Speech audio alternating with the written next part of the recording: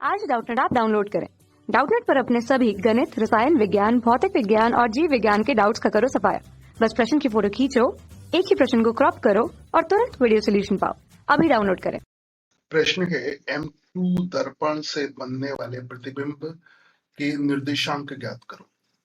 तो हमें M2 दर्पण ये दिया हुआ है और इससे बनने वाले प्रतिबिंब के निर्देशांक ज्ञात करने हैं।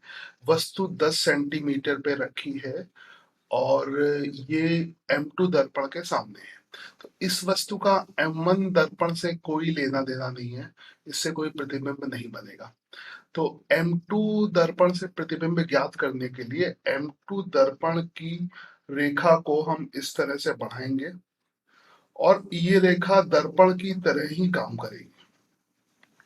तो यहां तक की जो दूरी है वो 20 सेंटीमीटर है, यानी कह सकते हैं आप M2 दर्पण के केंद्र से M1 दर्पण के केंद्र तक की दूरी 20 सेंटीमीटर है स्क्वायर।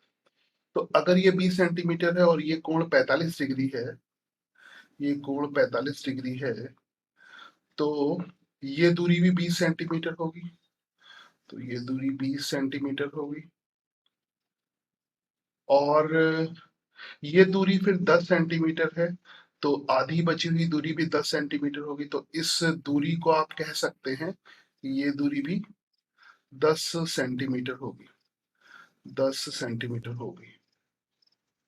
तो अगर ये वस्तु रखी है, अब प्रतिबिंब के लिए आप इस पे लंब डालेंगे और ये हमारी वस्तु है O और इसका प्रतिबिंब उतनी ही दूरी पर, अगर ये दूरी x है, अच्छा ये दूरी निकाल सकते हैं, ये दूरी हो जाएगी, ये 10 है, ये 45 डिग्री है, ये 90 डिग्री है और ये जो है ये आपका कर्ण है, ये लंब है।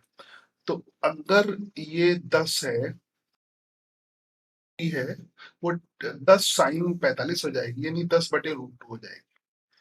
तो ये दूरी हमने ज्ञात कर ली 10/√2। तो अगर ये वस्तु है और यहाँ से इतनी ही दूरी पर प्रतिबिंब बनेगा पीछे की तरफ, और इस प्रतिबिंब की दूरी होगी 10/√2। इधर से ये 10/√2 होगा, ये 10/√2 होगा। अब यहाँ से एक ऊर्ध्वाधर रेखा खींच लीजिए। तो ये जो ऊर्ध्वाधर रेखा है वो सममिति से अगर आप देखेंगे तो इसी रेखा से जाएगी। तो जो ये दूरी होगी, ये दूरी और ये दूरी पूरी 20 सेंटीमीटर है। ये दूरी मतलब M2 से M1 तक की दूरी अगर 20 सेंटीमीटर है तो ये भी 20 सेंटीमीटर होगी, ये 20 सेंटीमीटर होगी और ये भी 45 डिग्री होगा। तो आप देख सकते हैं अगर ये दूरी 10 सेंटीमीटर है, ये 10/√2 है, ये 90 डिग्री है, तो आपका जो ये दूरी हो जाएगी वो भी कितनी हो जाएगी, 10/√2 और बाई√2 है ना। तो √2 कैंसिल हो जाएगा, तो ये जो दूरी आएगी वो आ जाएगी आपकी 10 सेंटीमीटर। ये नीली वाली जो दूरी है वो 10 सेंटीमीटर आ जाएगी। ये आप इस त्रिभुज की सममिति से भी देख सकते हैं, अगर ये 10 होगा तो ये 10 होगा। तो अगर ये 10 सेंटीमीटर है और पूरी दूरी 10 तो जो ये जो बची हुई दूरी है वो भी 10 सेंटीमीटर होगी, क्योंकि पूरी 20 सेंटीमीटर है। तो ये 10 सेंटीमीटर आ गया। तो यहाँ से निर्देशांक यहाँ पर दिया हुआ है, ये निर्देशांक है, माफ कीजिएगा, एक्स एक्सिस यहाँ पर दिया हुआ है, यहाँ पर दिया। तो अगर एक्स एक्सिस यहाँ पर है तो इसका जो वाई निर्देशांक है वो 10 सेंटीमीटर हो जाएगा, है ना, वाई निर्देशांक।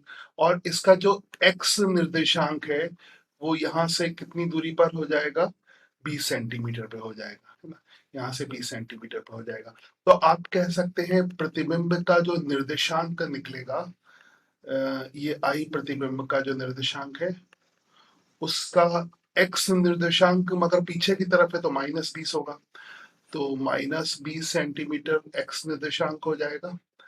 और जो वाई निर्देशांक होगा वो यहाँ से कितनी दूरी पर होगा, 10 सेंटीमीटर की दूरी। तो 10 सेंटीमीटर दूरी पर वाई निर्देशांक होगा।